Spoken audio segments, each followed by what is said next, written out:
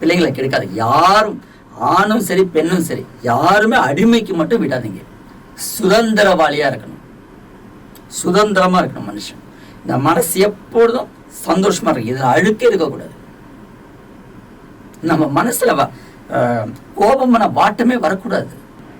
ஆமாம், மனசை கட்டுப்படுத்தணும், நல்லா யோகா பண்ணணும், எக்ஸசைஸ் பண்ணாக்கா இந்த சிந்தனைகள் தானாக வரும். ஒரு மனிதனுக்குள்ள ஒரு எவ்வளோ சக்தியை கணக்கிடவே முடியாது. ஆனால் அவன் அறியறது கிடையாது. அதை நம்ம நினைச்சு பார்க்கறதே கிடையாது. ஊரை தான் பார்க்குறோம், இன்னொருத்த தான் பார்க்குறோம். நம்ம நினைச்சு நம்ம பார்க்கறது கிடையாது. என்எஸ் கிருஷ்ணன் சொல்லுவார், உன் பாக்கெட்டில் என்ன இருக்குது சொல்லு பார்க்கலாம். என்ன இருக்கும்? 2 பேப்பர் இருக்கும், ஒரு பேனா இருக்கும், சில்லறை இருக்கும். அதில் என்ன எழுதியிருக்கு, எவ்வளோ பைசா இருக்குன்னு கேட்பார். தெரியாதுன்னு. சூப்பரான ஒரு அட்வைஸ். நமக்கு என்ன தேவை, நம்ம இருந்ததுக்கு என்ன தேவை, என் உள்ளத்துக்கு என்ன தேவை, அதை முதல்ல நம்ம சரி பண்ணணும். இதெல்லாம் வாழ்க்கையில் கஷ்டப்பட்டவனுக்கு தான் இதெல்லாம் தெரியும்.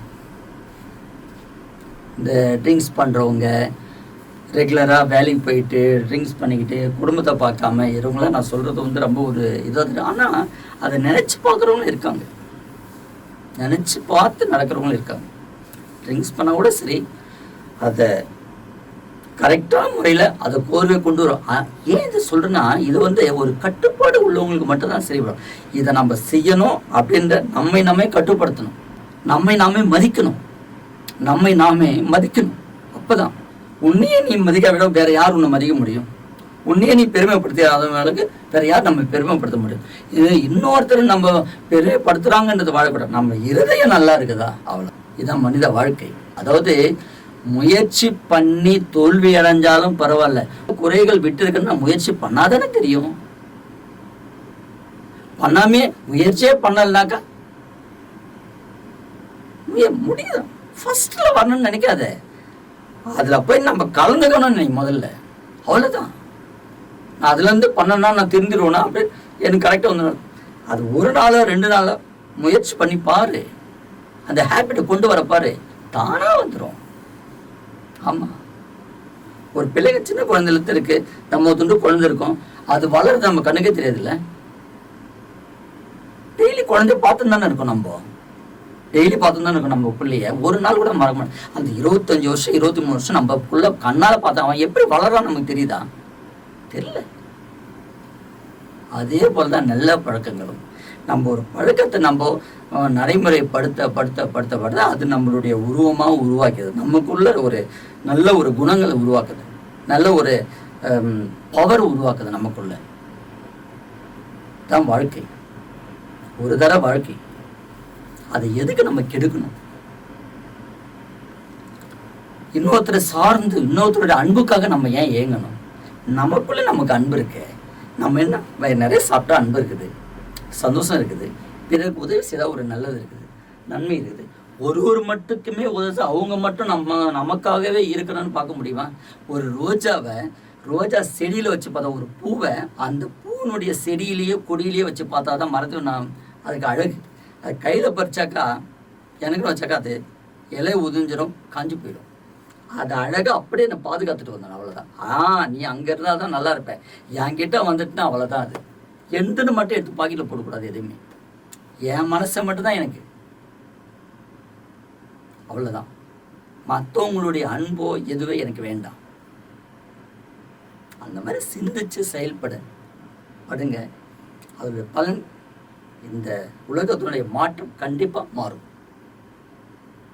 மக்கள் தொகை கட்டுப்பாடு ஏற்படும், கொள்ளைகள் நிறுத்தப்படும், வழிப்பறிகள் நிறுத்தப்படும்.